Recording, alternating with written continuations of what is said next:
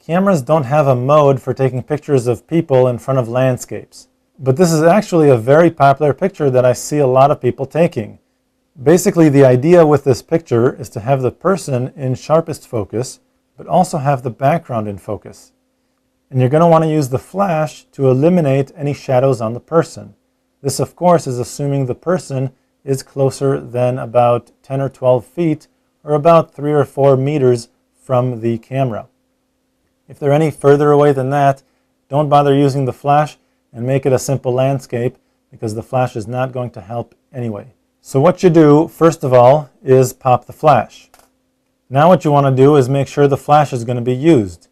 If the flash is set to automatic, the camera sees a whole lot of light and it'll choose not to use the flash. So press the quick menu button at the top.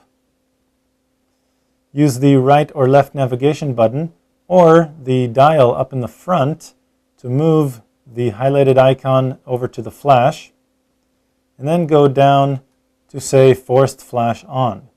Press the set button to escape. Now the flash will be used regardless of how much light is entering the camera.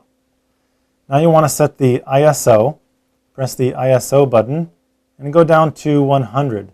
You don't want the camera to be any more sensitive to light because there's a whole bunch of ambient light available. You just want the flash to be used to eliminate any shadows. Go ahead and press set.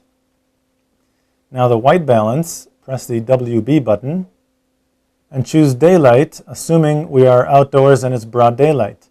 If it's a cloudy day or if you're in the shade, you can choose these options and that should help warm up the tones a bit. I'm going to stick to daylight and press set to escape this menu. Now my white balance and ISO are properly set and my flash is being used. You might want to consider using the intelligent exposure. This will help brighten up some of the dark shadows on your subject's face. It'll also decrease the amount of contrast in your picture, which may come in handy on a very bright sunny day. So again, press the quick menu button, move over to the intelligent exposure option and turn that up a bit. Normal or high is just fine. The low setting doesn't really seem to do very much at all, so you won't see that effect. I would go with the high just to see if you like the effect or not. And now we're pretty much ready to take the picture. Finally, what you want to do is make sure everything is going to be in focus. And you can do that by shifting the program settings. Before you focus on your target, just go ahead and compose the scene the way you want it to come out in the picture. Press the shutter button halfway. Notice that my aperture is 6.3 and my shutter speed is 1/60th. 6.3 is okay, but not great if you want to get everything in focus. So what you do, release the shutter button, use the dial up in the front to shift these values so that the aperture is a bit higher.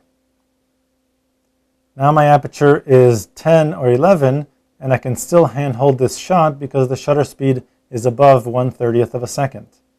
So now I know I should be set up just fine.